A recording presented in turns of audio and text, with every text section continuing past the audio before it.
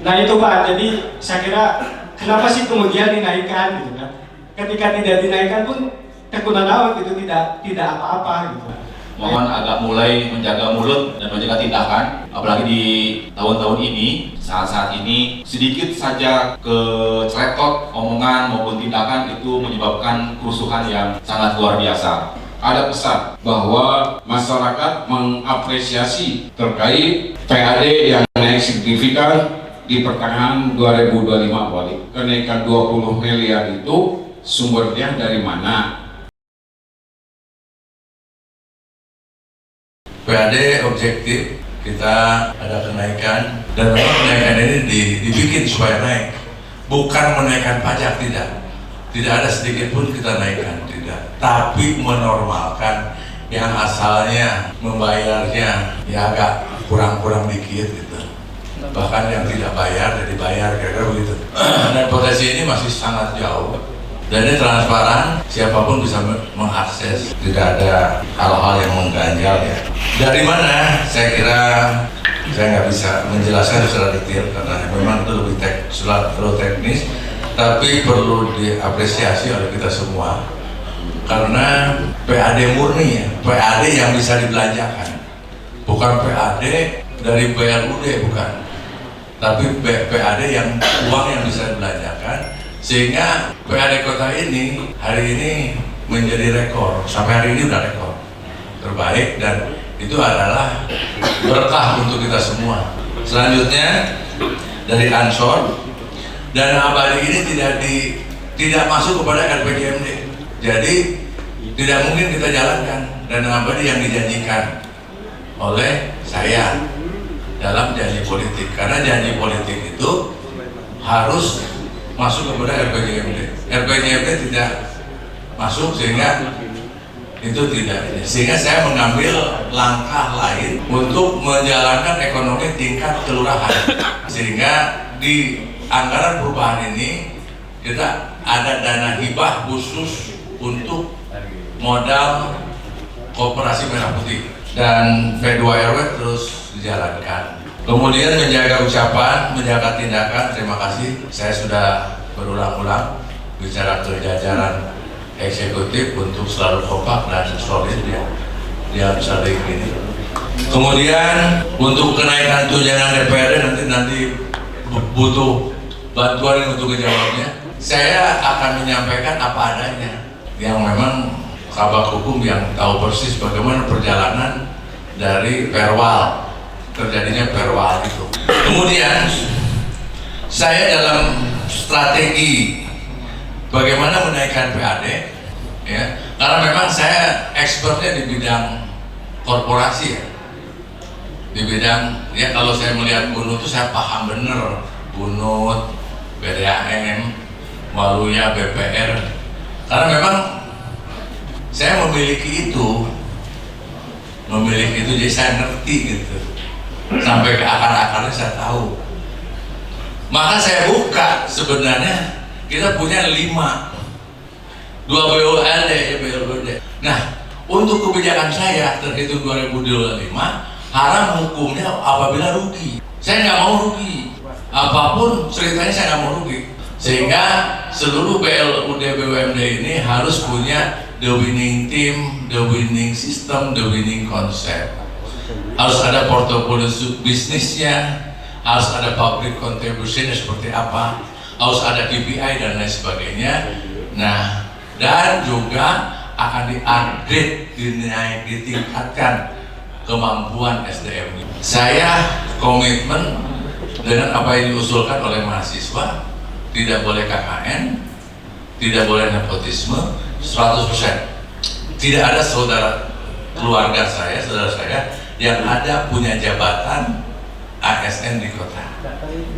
Tapi tolong yang lainnya pun jangan ada. Kalau saya nggak ada, yang lain juga jangan ada. Yang kedua, tidak ada lagi kolusi untuk hari ini ke depan.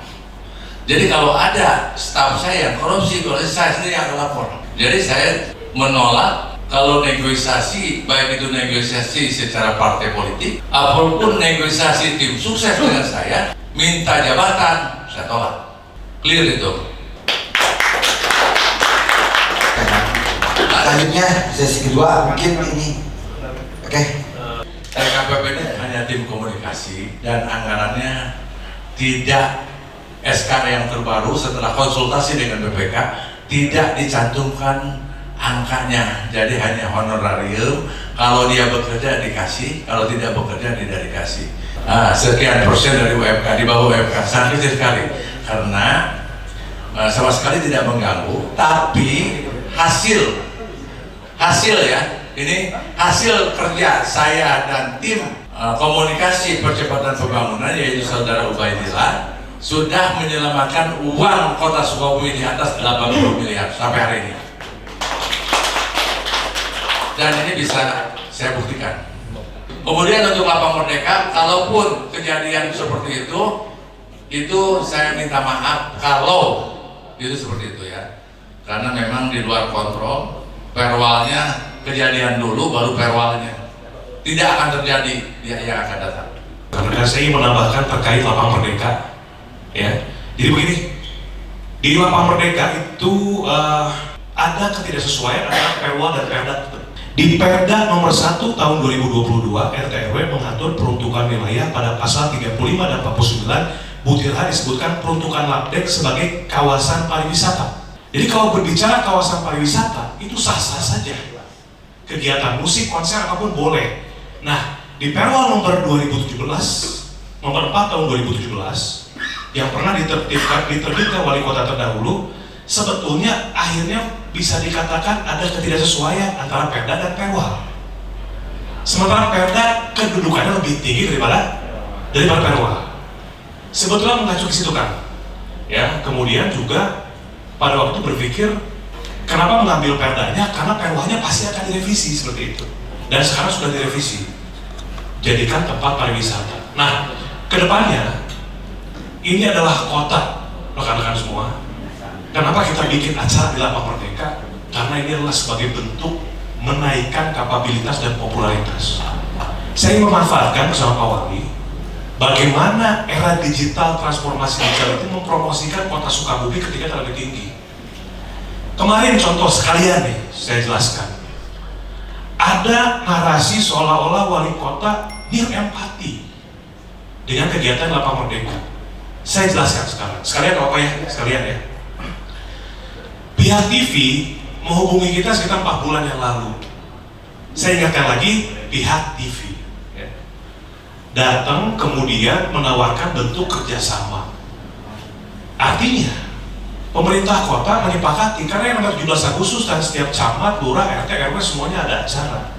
Kita buat titik pusatnya Lapang Merdeka untuk hiburan masyarakat. Dan karena ini sifatnya on air atau live, maka ini bisa menjadi satu promosi untuk kota Sukabumi ke depan. Kita tantangannya ke depan tol sesi 3 mau jadi, apa yang mau kita siapkan untuk masyarakat nasional, apa yang bisa membuat wisatawan datang ke kota Sukabumi, kita promosikan melalui acara itu.